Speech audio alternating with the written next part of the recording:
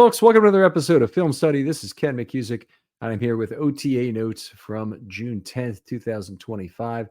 As the Ravens are out there for the second day this week, there'll be 4 days in total to finish off OTAs. There's then a mandatory minicamp next week, and then we wait for about 6 weeks before the regular training camp starts at the end of July. Today, absentees, another story again with Lamar Jackson being out again today that, as I mentioned before, changes the nature of practice in a lot of ways, but attendance otherwise was pretty good.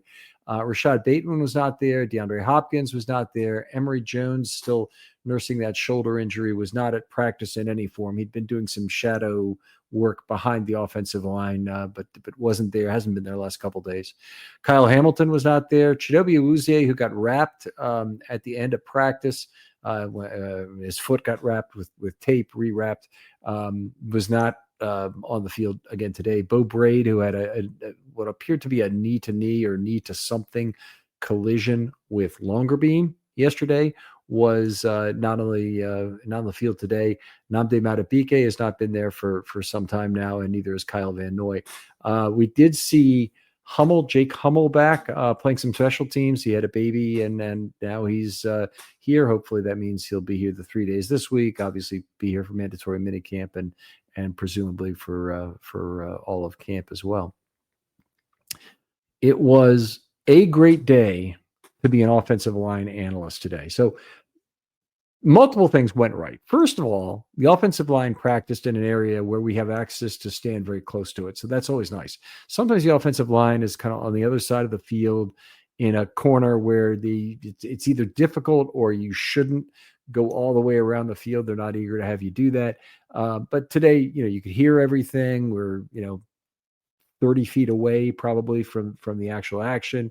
You can hear Warhop giving individual pieces of advice to players, and you can see the drills close up, see what they're trying to do, hear some of the calls he's making in terms of what the defense is supposed to look like that they're setting up against. Like, oh, this is a such and such a front. We'll have a 7 tech on the right side, or we'll have a 7 tech on the left side, kind of thing. And then each tackle needs to adjust their footwork and whatnot and to learn how to, or to demonstrate how to block that. So it's a great day for that. More good combination blocking. I spoke about that yesterday. I'm not going to go into any great detail, but I like the way that Warhop does it. And he also is able to go through reps very quickly, much quicker than Joe D did, which is a differentiating factor between the two of them. It's a difference there for sure. He very much stresses in all this individual blocking and combination blocking, but in particular with individual blocking, he stresses the get off, first step, and hand placement. And first of all, he really wants to be right on top of the reps so he can see it. So he goes up to each one, stands in a set place, goes first down, and then the second one you go on, and then or maybe it's first down, go. Either way, he sets the play off, and then he kind of rotates around it as the particular offensive lineman is making his block. And he's watching for 3 things very apparently. The first is get off. How quickly are they getting up out of their stance and being in a position to take an action against that defender, who's just, by the way, another offensive lineman holding a pad. That's the defender looks like. But he wants to see a good first step. He wants to see a lack of wasted motion, and any offensive line coach would want that. And he wants to see that good hand placement. He's very big on how far ahead your hands need to be of your body too. So he's a guy, no offensive line coach wants to see those guys lunging, but on the other hand, he wants to see that contact made in appropriate length and timing with the initial get off. And it's very impressive. And he's extremely right on top of each of those reps in a way that I can only describe. He's looking for certain specific things. The advice that then he doles out is very terse in nature. So it's, lead with your hands, put your right hand in first, maybe something about the first step. I didn't hear anything specific today, but I'm not giving away anything here, I don't think, but he's very specific and terse. I've heard that from hitting coaches too, that you don't want to give the player too much to think about that. If you if you're Charlie Lau of the 1970s and you're trying to coach George Brett on how to hit, say you want your information you relay to him to be very terse. Take 6 swings. You go hands back. Keep your hands back, kind of thing. It's something that that is potentially actionable. It might be potentially somewhere the player listens to you. Whereas if you just give them stuff every single time, it's like they're just waiting for the opera to end. If you've seen the Simpsons episode where they play softball and they bring in all the ringers from the major leagues, and then Homer gets to pinch hit at the end of the game. He gets hit by the pitch. And Mr. Burns gives him all of these sign things he's going to give him from third base. And Homer he has to wait for the opera to end is all he can do. He just can't the information was not actionable for him. And then of course he gets hit by the pitch and the game ends. But anyway, a great episode of The Simpsons. I love that one. We got a few different players: Fa'alele, Vincent, Samak, Dalcourt, each got a little extra coaching today. Hutchinson also was in there. So it had been a heavy dose of Vincent coaching. And when we got Warhop to the podium, he said a little bit more about that, which I thought was very interesting. So I'll get to that a little later. But anyway, watching the offensive line, always a pleasure. We had some improved accuracy from the quarterbacks today that'll be apparent in some of these highlights.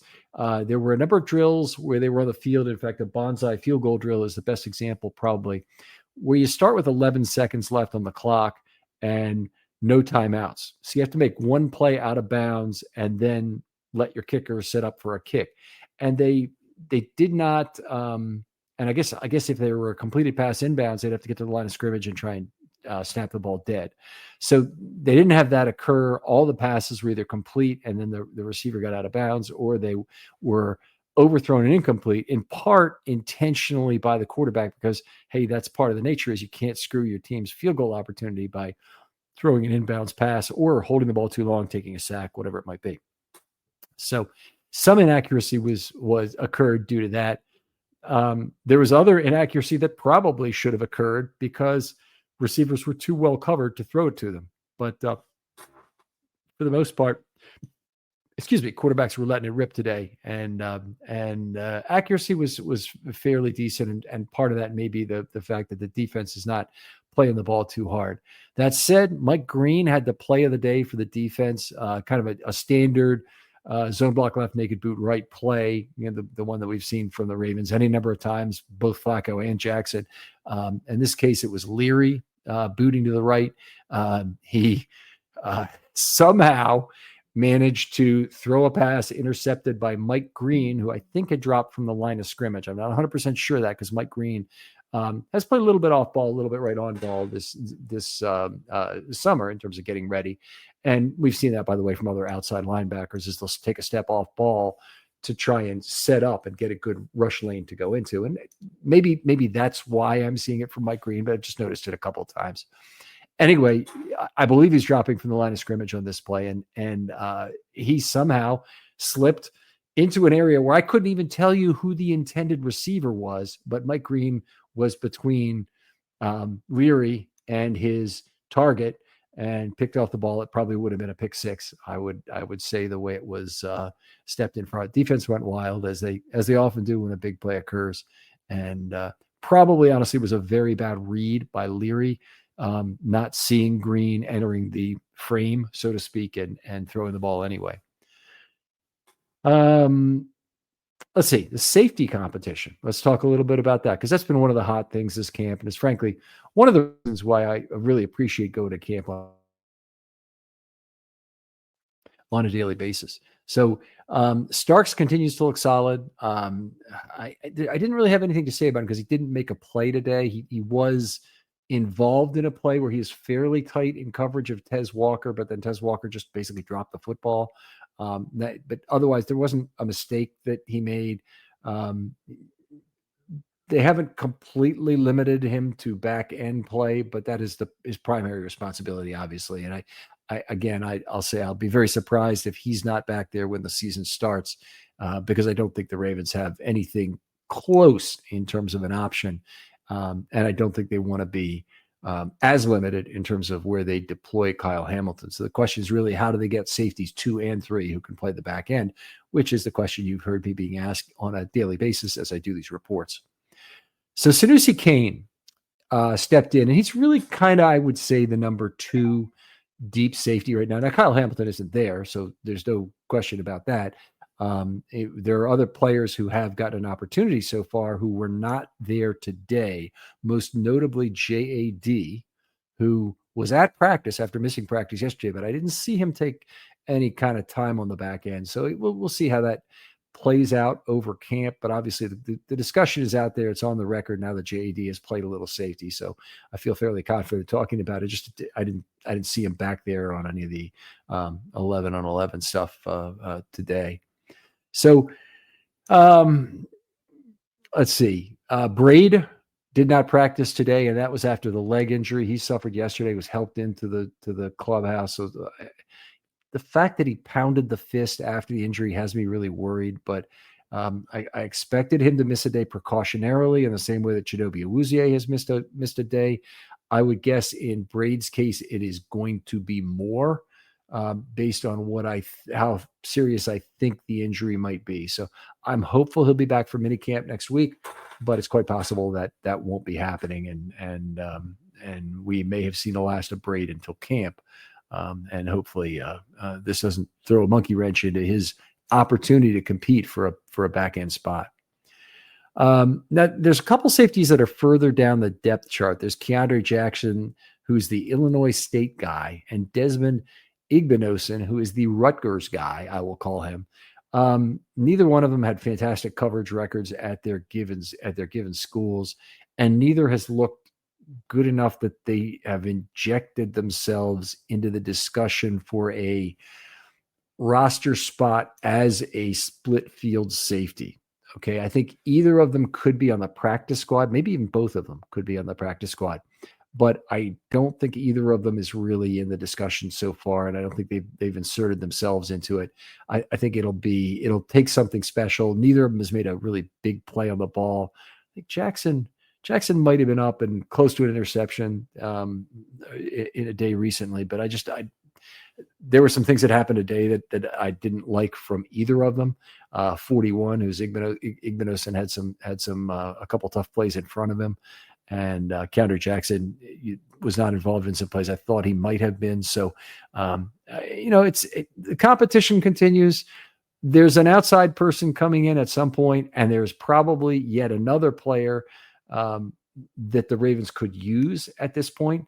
And I think their last best hope that's on the current roster is probably Sanusi Kane to step it up. Kane did have a PD today, very nice undercut. It wasn't really in a half field roll.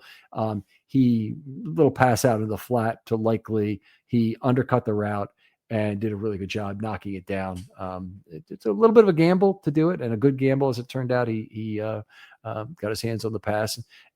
I'll take whatever kind of plays you can find from Sanusi Kane at this point. It's not obvious, that he's a guy who can help on the back end. So whenever he does something in coverage that looks good, like that, this is a downhill play. I would say it was more of the kind of play you'd expect out of a dime back than the kind of play you'd expect out of a half field safety. So enough said. Anyway, in terms of that, very much still a wide open competition. All right, got a bunch of other highlights I want to talk through. Some of these on 11 on 11, some of these on 7 on 7. I'll try to be as specific as I can where things come up. They had a bonsai field goal drill, which was the first 11 on 11 drill they did. And what that means is you start with a limited amount of time on the clock. In this case, it was 11 seconds, which I think I mentioned earlier. No timeouts. So you got to get one play for a gain out of bounds if you can to try and set up a field goal.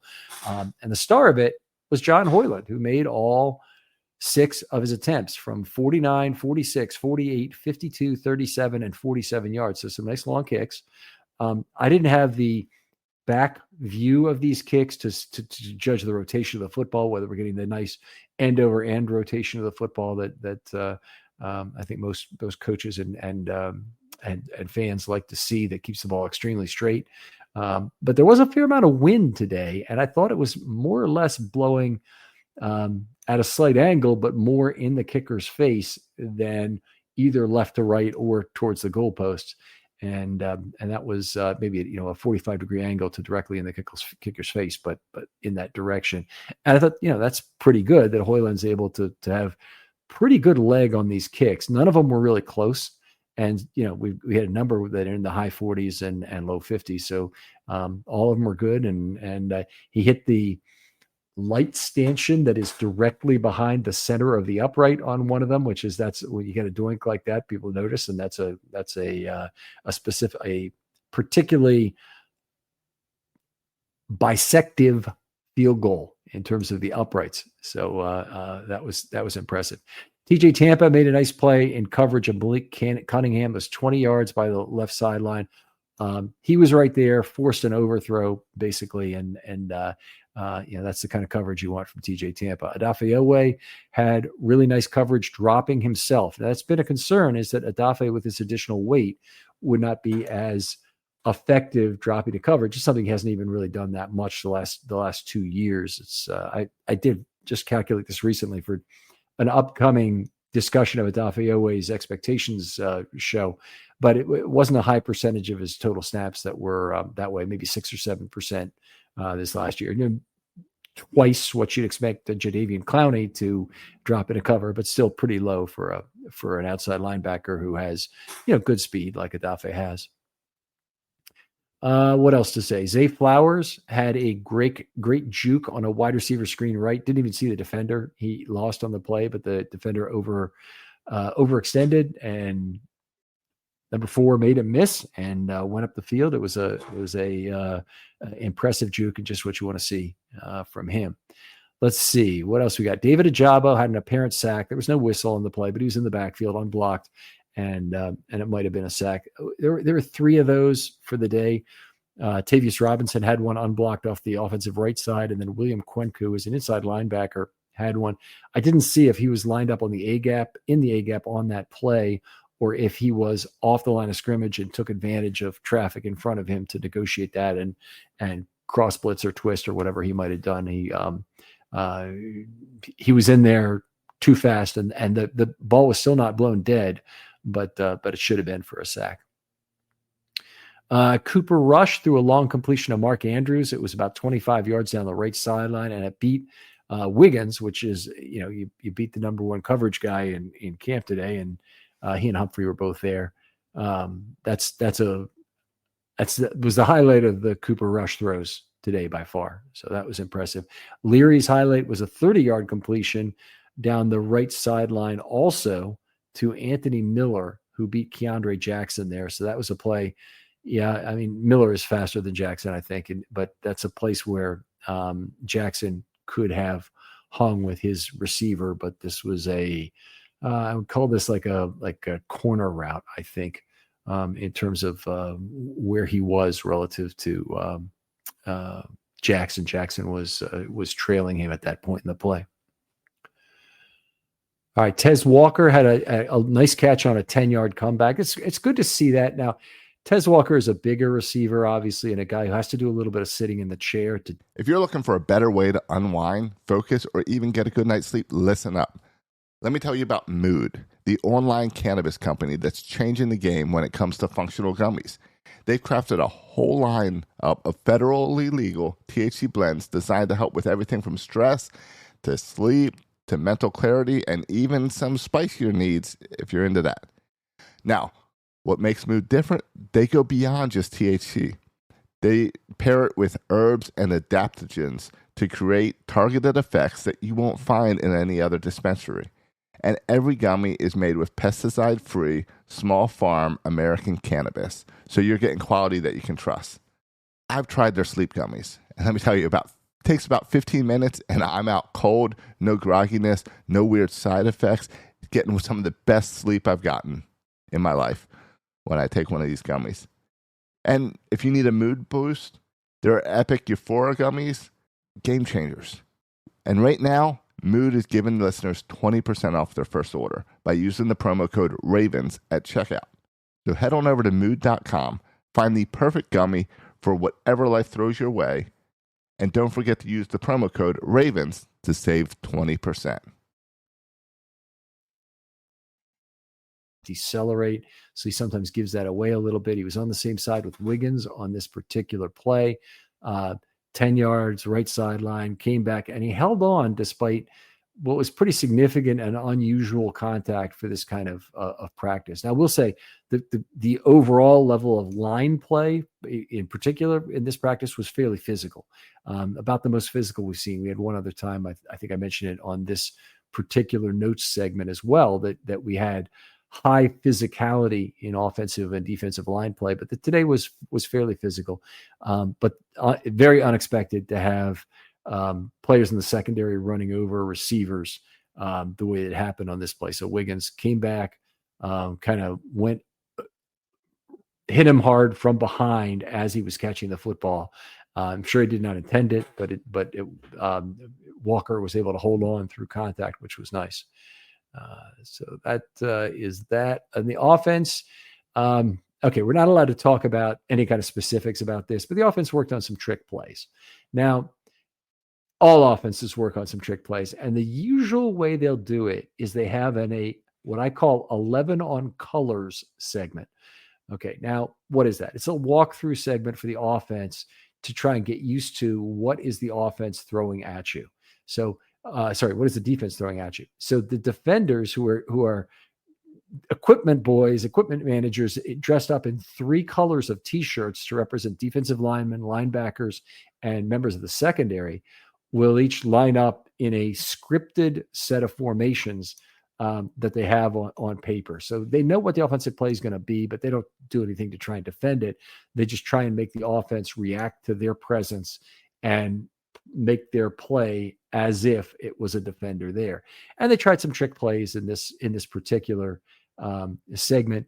And one play in particular, they ran about 3 times, and I thought, okay, they might or they might not try that again. But it seems like that play's installed.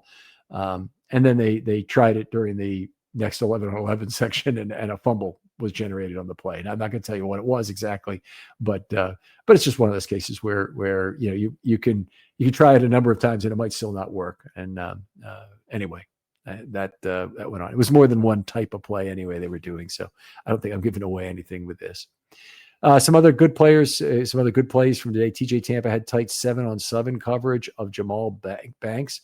It's about 15 yards down the offensive left sideline. So that was a flag for defensive holding, or DPI. It looked like really good coverage, and then the yellow came out, and I'm sure Tampa was disappointed in the situation there.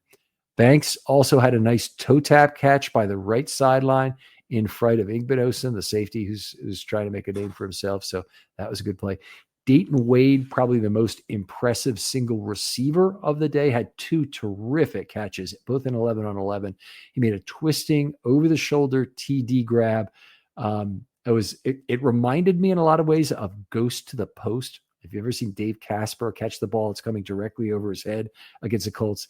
I wasn't happy about the result at the time, obviously, but it is one of these things, a very difficult ball to respond to. Okay. And this was the play that got them into touchdown range, not the play that actually scored the touchdown. And so I'm talking about Casper again, but in Wade's case, he caught it, appeared to be right in the back corner of the end zone. He was kind of like going between his left and right shoulder to kind of find the football again, finally decided on one side, caught the football as he was like sliding to the ground, not diving, but sliding to the ground to get it. The defender wasn't close enough to contest for the ball or anything like that. And then the official ruled it out of bounds. And so a great catch was wasted. But not long after that, he beat Tampa 30 yards down the left sideline for an apparent touchdown. That was one of the really good offensive plays of the day. There were 2 other unwhistled sacks that I didn't mention earlier. Tavius Robinson, I think I did mention this. Robinson and Cuenco each had an unblocked sack. So moving on, Aeneas Peebles had a pressure to force an overthrow. I haven't seen much from him in this set of OTAs to date. The one thing Dennis Johnson talked about is how quick his get off was. I didn't really notice it on this play. I noticed that he was in there pretty quickly, though, to force that overthrow, and that's good. The quarterback's really antsy about getting rid of the ball, despite the fact they're in a highly protected situation. It's effectively the 11 on 11s are a glorified 7 on 7 drill this time of year. So you don't have a lot of action around the quarterbacks that should be making them particularly nervous given their protected nature. But anyway, that forced an overthrow. CJ Ravenel also knocked down a pass at the line of scrimmage. So some good highlights, a mixed day of some offensive success, some defensive success. I think Mike Green's play was clearly the play of the day, but otherwise, a day where the defense did not totally dominate the offense the way they had been recently with some poor QB play without Lamar there. All right, let me take a second. We got the podium next. George Warhop was up first at the podium. And I tell you, I'm in hog heaven when I get to ask a question of the offensive line coach and then of a couple of different offensive linemen after that. But Warhop, I asked him about the penalty reduction after week 10 this last year. He said it was a point of emphasis, first of all. And then the other question that I asked him, and I may or may not have stated it correctly, it didn't get transcribed correctly by the Ravens. So who knows at this point, but I was asking him if the Ravens were internally differentiating between penalties that were declinable and penalties that were not. And he didn't really apparently understand the question. He said, you'll have to ask John about whether he wants to decline a penalty or not. And obviously if I'm talking about an offensive line penalty, it'd be the other coach I'd have to ask about whether or not they're declining an offensive line penalty or not. But I'm trying to understand, do the Ravens put a heavier weight and a heavier cost, to the understanding of the heavier cost there is of a declinable foul? And I just didn't get an answer to the question. So clearly I didn't articulate it very well for George there. He was asked, and this was a really good question, does he like to have one starter at left guard and not have rotational play? They've done that a lot, of course, in recent years. They've had rotational play at right tackle last year to start the year between McCary and Rosengarten. And it's something that Harbaugh seems to be okay with, but he said he was not in favor of that. He likes to have one starter, one backup. I think that's a continuity concern, and it makes sense if it would be. And he said Voorhees and Cleveland are the top two candidates, and that they would let them fight it out. All right. So I thought that was interesting the way it was stated there. He's asked, and this was Jonas asked him about his advocacy for Carson Vincent. And so obviously we've all seen the video by now of him banging the table for Carson Vincent and being one of the first people who's on the phone with Carson Vincent as he's being drafted. So he said that he really liked how he competed at the Senior Bowl, and he understood that there'd been a lot of poor players that he played against when he's at Alabama A&M. They just weren't very good players. It's by the way, this corroborates very well with what you've heard from me about. Basically, it's easy to get in a lot of bad habits at that point, although he didn't mention that specifically. But he did say Vincent wants to be the best version of himself. And he could get all up in his face about coaching stuff, and he takes it very well. Just, yes, coach, let me do that again, kind of thing. So that was very positive, from that standpoint. He mentioned his relationship with a particular LSU line coach who he didn't name. Well, I guess we could figure out who that was pretty quickly. But he said that Jones and Dellinger, both coming from LSU, their offensive line coach is known for having pro-ready offensive linemen when they get to the NFL level. So that he was very positive about both Jones and Dellinger being ready to play this year. What else did he say? Okay. And I asked him one question more to end the thing. I said, assuming it doesn't work out with Linderbaum for 2026, who would be the players that you might be looking at to move to center? And he said, Garrett Dellinger and Reed Holsky will both be working at center. Delly played some at LSU, which I hadn't realized. I thought Dellinger was a guard at LSU, but I'll have to go back and check on that. But anyway, it's interesting. He did not seem to try and be evasive towards that question in any way, shape, or form. I expected if it was Harbaugh there, I'm sure the first thing he said is, boy, I can't even imagine a world without Tyler Linderbaum. And, but George, very practical guy. And he said, well, we're going to look at Dellinger and Holsky kind of thing. So good. I'm glad they're if they can be hoping for the best and preparing for the worst, that's exactly what they should be doing in this situation. All right. Next up was Andrew Voorhees And they asked him a lot of questions that were not too much, but there were two questions I thought merited discussion here, and that is, did his play in Week 18 versus Cleveland put him in a better space? Now, understanding Voorhees' complete season, he played left guard as the starter for 3 weeks roughly until he got hurt in Week 3. He then lost his job to Patrick McCary. McCary played well enough that when Voorhees was able to return, he didn't get his job back. So McCary had it, and he was continuing on with it. So the question was, when McCary got sick in Week 18, I suspect that he had the same kind of stomach virus that I had, where he'd been on the toilet a lot, and it was very unpleasant. If you had it around then, you know what I'm talking about. But he had to come out of the game, and I presume for diarrhea-related purposes, and he got to go in and play for all but I think 6 snaps, and he played very well in that Week 18 game. And so it's a nice additional set of data points that you have there towards your 2025 play, that he'd be able to take something from those weeks of practice where he'd been sitting on the sideline there. I asked him about pulling and the coaching in terms of pulling here, and specifically that they made some average athletes into pretty good pullers.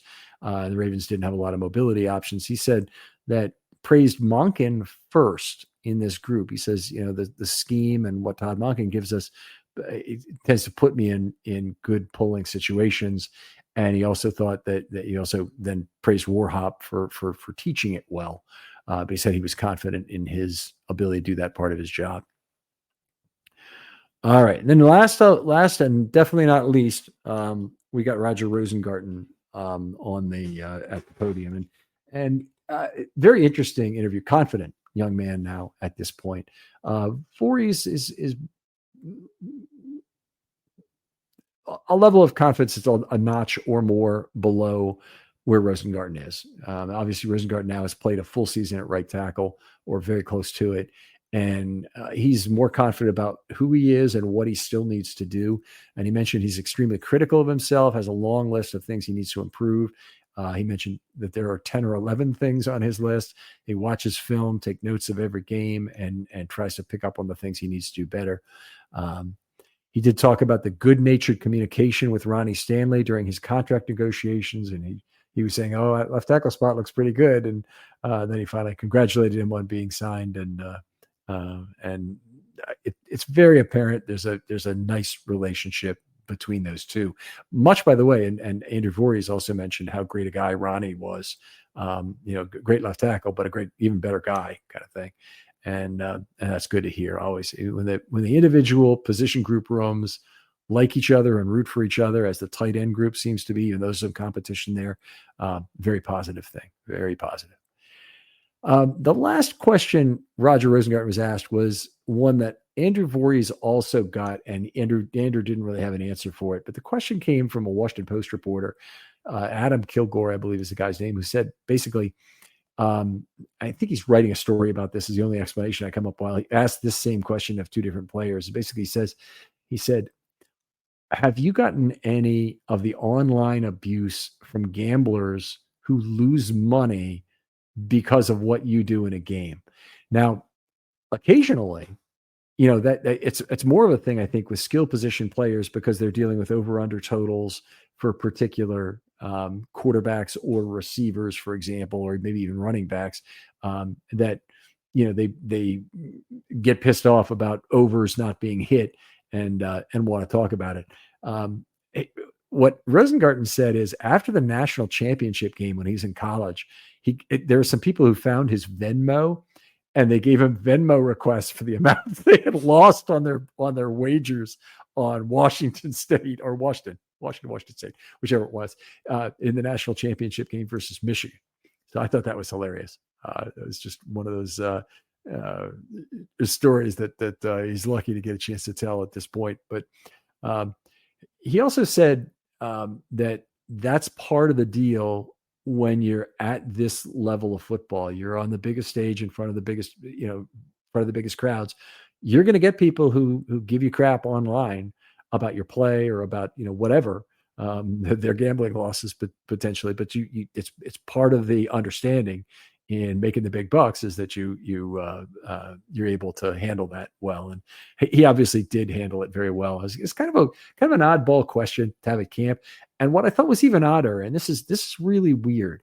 The Ravens did not transcribe it in the way I've just described it to you. In fact, the question for the Andrew Voorhees question was on if he has noticed the abuse of athletes online.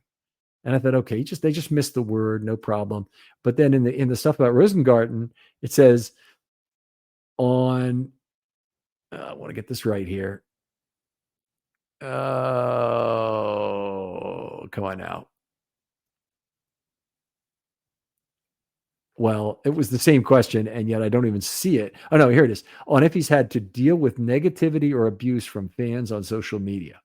And both of them had gambling right in the question, but for whatever reason, the Ravens did not want to include that. So that seems to be some kind of intentional transcript adjustment to leave out that particular word. I understand that all teams really want to avoid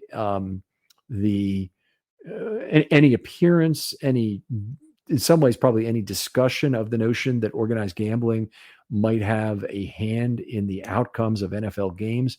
But the truth of the matter is the NFL, in order to improve revenue, has gotten in bed with organized gambling. They've gotten in bed with casinos, with DraftKings, with their biggest, the very biggest sponsorships they have are from companies that have gambling, and they can put all the disclaimers they want on that and retag their sport as an entertainment sport and not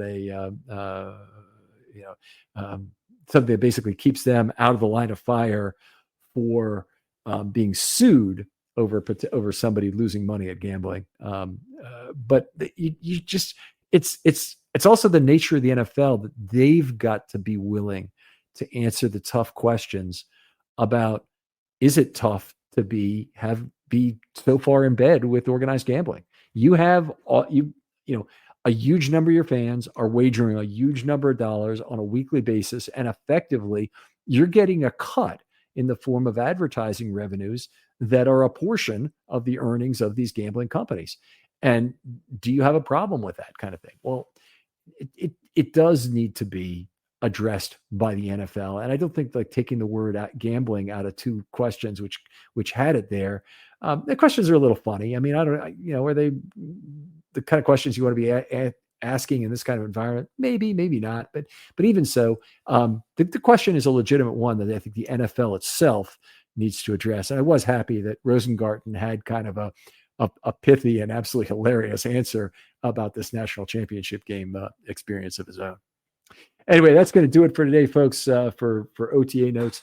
Always a pleasure to do this. Thanks for all the listens. We have been noticing. And as always, like and subscribe if you're looking to it on YouTube. Hit me up with a DM if you have an idea for a film study short. I'll get back to you quickly, and we'll schedule a time probably in early July to record that. Thanks for listening. We'll talk to you next time on Film Study.